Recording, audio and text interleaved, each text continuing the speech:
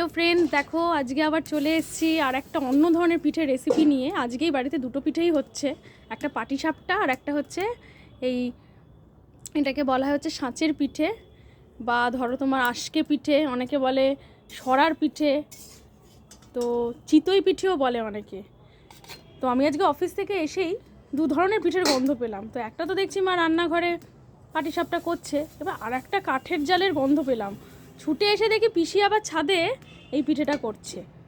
এই দেখো, অলরেডি এতগুলো পিঠে হয়ে গেছে, আর কিছু পিঠে দুধে ভেজানো হয়েছে, আর এই কয়েকটা পিঠে আমরা গুড় দিয়ে খাবো, ঝোলা গুড় দিয়ে।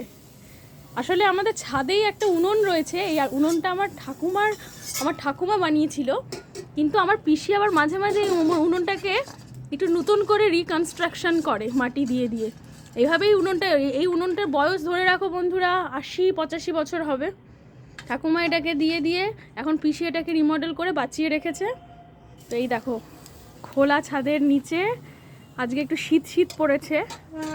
এই দেখো, এটা আমাদের ছাদ।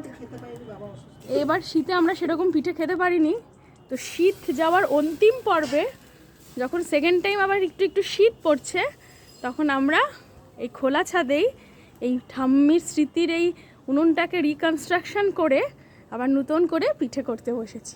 তো আজকে তো আমার দিনটা জমে গেল। অফিস থেকে এসে দেখি শনিবারের সন্ধে, এমনিতেই আজকে আমরা ভেজ খাই, তার মধ্যে দু ধরনের পিঠে, জাস্ট অসাম।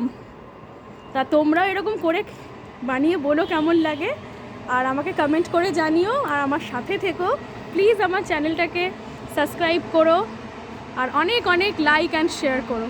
এই দেখো, এখান দিয়ে ট্রেন যাচ্ছে, সেটাও তোমাদের দেখিয়ে দিলাম।